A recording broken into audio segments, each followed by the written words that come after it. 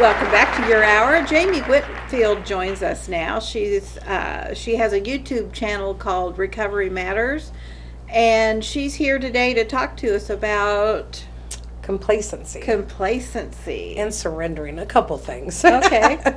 So I just know, I have to say this every time I come on. Like, my message that I give to those that are listening, it's really to myself too. Just another lesson to keep me growing in my own journey, Sure. in recovery and stuff. And I have found just throughout my meetings and just where, my other job, just people are complacent.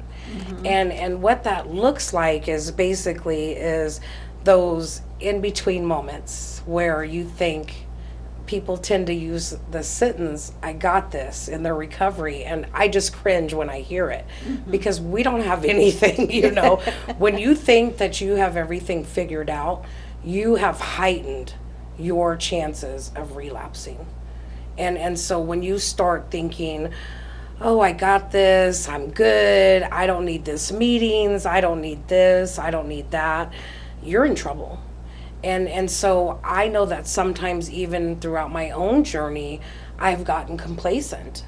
And so I'm just trying to keep myself in check today and Yeah. talk about it and process it out loud instead of with my little staff members inside my head. Well, I'm sure you've been talking to them too. Yes.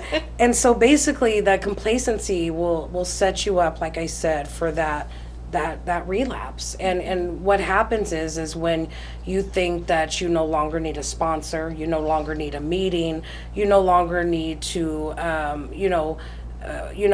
reach out to your support. I find when I hear people speaking, they speak a lot about they stop going to meetings, they stop calling their sponsor. They thought they had this, and when it all was said and done, they actually ended up relapsing. And so for me, what I encourage people to do is just please don't say that sentence when it's referring to your recovery. And second of all, it is proven that meeting makers make it. If you continue to work in your, on your recovery and go to the meetings and to continue to work the steps with the sponsor and stuff, you'll find that you won't get, too complacent. It actually, you have to level up and keep that fire up under you for your recovery lit.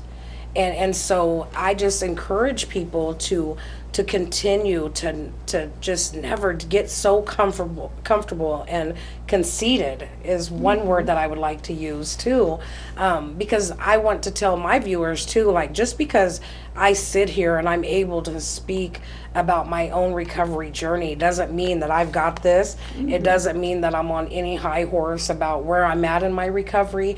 I've just been blessed with this beautiful platform that you've given me to be able to recover out loud Yeah. for those that are still suffering in silence. And I think that speaks volumes. I think that a lot of people really get some encouragement, some inspiration from you because you do this, because you recover out loud. Right. And it makes you more accountable to yourself as well. Right. Because by all means, I would always want to continue having integrity and also being able to, the same way I talk is the same way I walk. I always want that to match up, and not for show, for myself. Yeah. Because if I start slipping in them areas, then I'm in trouble. And I know that. And I always will play that tape out, and I will always remember where I don't ever want to be again. Yeah. Always. We are still mending and working on I'm working on myself, and I'm continuing every day to work on the relationships that I broke throughout my active addiction. Yeah. My children are still suffering emotional damage for what I've caused. Yeah. And so that's something you have to swallow every morning, and being clean and being able to feel them feelings. Yeah. In my active addiction, I did not feel that. But you can't, on the other side of that though, you can't let guilt keep you from being a parent. No, Trying to bend over backward doing things for the kids that Right. maybe they haven't really earned. Right. And You know, just I've because learned, you feel right. guilty. Yeah, I know.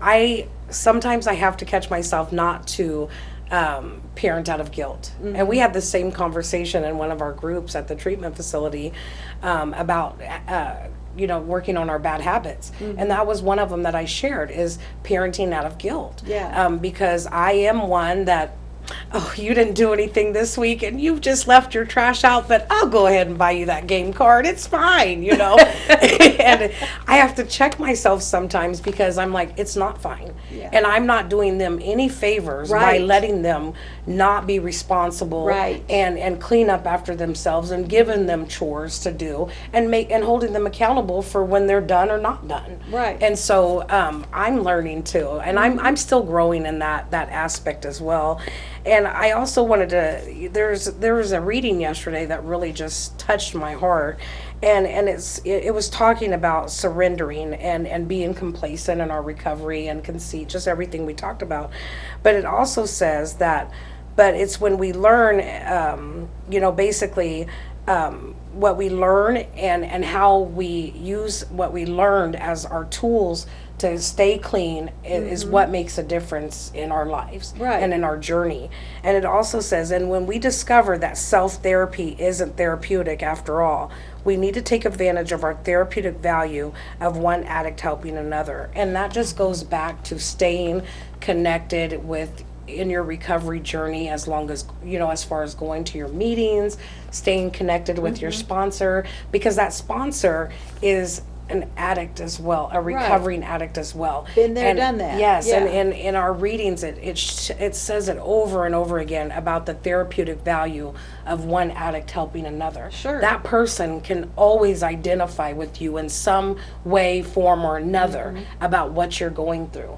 And this person typically, I know people that have 35 years in recovery. My sponsor has 10. There's probably not too many things that you're going through that they haven't already went through, Right. and they made it through that same situation or similar situations clean. And the meetings, you talk about going to meetings, and it's not that hard to go to meetings. No. You can go to a meeting on Zoom. Yes, I You don't even encourage have that to leave all your the time. house. Yes, Yeah. I tell people all the time, I've stayed clean on the screen, Yeah. because of COVID, and I enjoy it. I don't feel like I have to drive all over town, Right. and I don't have the time really, but I do make that time. And the gas is too expensive. Exactly, but I always make that time to be able to log in at the tip of my fingertip and stay connected in my own. And there's always a meeting. 24 hours in a day. Yeah. Very cool. Jamie, it's always a pleasure having Thank you for having me. And we'll be back in just a couple minutes